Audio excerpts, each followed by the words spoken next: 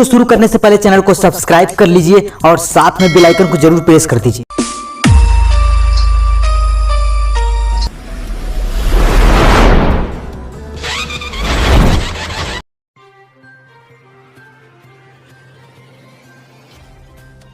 जय भीम। मेरा नाम सीमा गौतम है।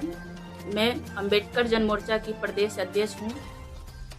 9 फरवरी को मैं गोरखपुर सदर विधानसभा से मैं पर्चा दाखिल की थी। मेरे पर्चा में सिर्फ लागू नहीं होता है 2 कॉलम छूट गया था, जिसका मैं नोटरी आज बनवा करके 10 बजे जहाँ सुरक्षा कर्मी पुलिस वाले जहाँ चेकिंग करते हैं वहाँ पे मेरी एंट्री 10 बजे हो गई है। कमरा नंबर 24 में जहाँ पे मैंने पर्चा दाखिल किया था वहाँ पे 10:30 बजे मैं पहुँच गई। 11 बजे जब सबका नाम बोला गया है एंट्री होने के लिए, तो मैं भी 11 बजे एंट्री की हूँ। मेरे हाथ में नोटरी था, लेकिन अधिकारियों द्वारा जो पर्चा ले रहे थे, अधिकारियों द्वारा कहा गया है कि आप बाहर जाइए, आपको अभी बुलाया जाएगा। 11:30 बजे के लमसम 11:30 बजे हमको बुलाया गया है और अधिकारियों द्वारा ये कहा गया है कि आपका पर्चा खारिज किया जाता है। हमने पर्चा खारिज करने का कारण पूछा तो उन्होंने कहा कि आपका एंट्री 11 बजे के बाद हुई है। हमने उनसे लाख कोशिश की हूँ, उनसे रिक्वेस्ट भी की कि सर 11 बजे मैं आ गई थी, आप चाहें तो सीसीटीवी कैमरा में कोई भी जाकर के वहाँ चेक कर सकता है कि मैं 10:30 बजे वहीं पे थी। 11 बजे मैं अंदर जहाँ पे पेपर लिया जा रहा था वहाँ पे एंट्री हमारी हो चुकी थी।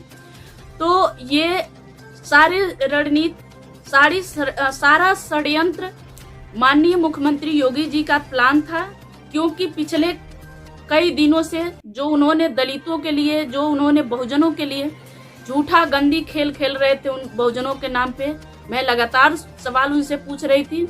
इसलिए माननीय मुख्यमंत्री योगी आदित्यनाथ जी घबरा करके एक दलित के बेटी से हार गए।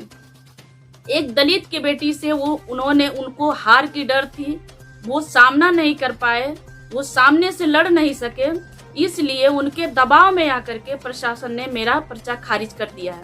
सिर्फ कारण यही बताया जा रहा कि आप 11 बजे नहीं पहुंची हैं। आप सभी से मैं कहना चाह रही हूँ कि सीसीटीवी कैमरा वहाँ का चेक किया जाए कि मैं 11 बजे अंदर थी या नहीं थी। सिर्फ इसी घटना को लेकर के हमको हमारा पेपर खारिज किया गया। जब हमने कहा कि हमारा अधिकार है कि हम यहाँ से चुनाव लड़ना चाहती हूँ और हमको चुनाव लड़ने दिया जाए, तो हमें अधिकारियों द्वारा धमकी दिया गया कि अगर आप अनुशासन का पालन नहीं करेंगी आप FIR लगवा दिया जाएगा। अब आवाज उठाना गोरखपुर में अपने अधिकार के लिए, अपने सम्मान के लिए आवाज उठाने पे योगी के जो अधिकारी हैं, जो योगी द्वारा बनाए गए अधिकारी, वो FIR के लिए FIR का धमकी दे रहे हैं, FIR का डर दिखा रहे हैं। तो मैं आप सभी लोगों से कहना चाह रही हूँ कि मेरे साथ इन्होंने बहुत बड़ा धोखा किया है।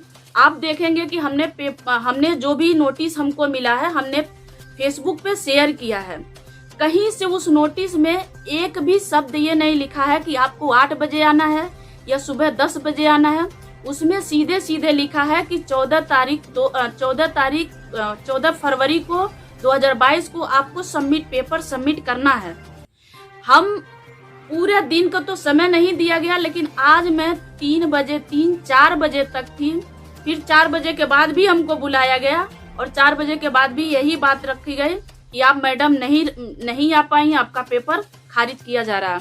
तो हम आप सभी लोगों से ये कहना चाह रही हूँ कि ये जो योगी की सरकार है वो तानाशाही की सरकार है।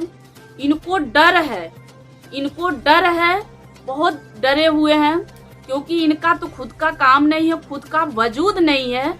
इसलिए एक दलित की बेटी से ये डर गए, एक दलित की बेटी के सवालों से ये डर गए, क्योंकि इनका अगर काम होता, इनका अगर खुद का वजूद होता तो एक दलित की बेटी के ये सामना करते हैं। जो झूठे अफवाह फैला करके, झूठे बातें जो झूठ करके अपने पेपर से अपने धन बल मतलब सब कुछ लगा करके आज योगी आदित्यनाथ ने हमारा नामांकन पत्र खारिज करवाया है और इसका पूरा श्रेय माननीय मुख्यमंत्री योगी आदित्यनाथ को जाता है। हमको सिर्फ इतना चाहिए कि उसमें लिखा नहीं है, अगर ये था तो ये लिख करके प्रशासन के द्वारा या चुनाव आयोग के द्वारा लिख करके देना चाहिए था कि 8 बजे तो आपको आना है तो आना है। आप 11 बजे एंट्री की बात करते हैं, मैं 11 बजे अंदर ही थी। चाहे कोई भी शासन प्रशासन जा करके जांच करवा सकता है कि 11 बजे मैं कहाँ थी, 10:30 बजे मैं उनके कैंपस के बाहर थी कि नहीं थी। तो मैं साथियों आप लोगों से ये कहना चाह रही हूँ कि ये तानाशाह सरकार योगी आदित्यनाथ जी का ये एक प्लानिंग थी, जो हम लगातार सवाल करते रहे, उस सवाल से इनके पास जवाब नहीं था, ये डर चुके थे। तो आप सभी साथियों से मैं निवेदन कर रही हूँ कि गोरखपुर में चाहे उत्तर प्रदेश में ये तानाशाही हर जगह किए हैं और गोरखपुर में मैं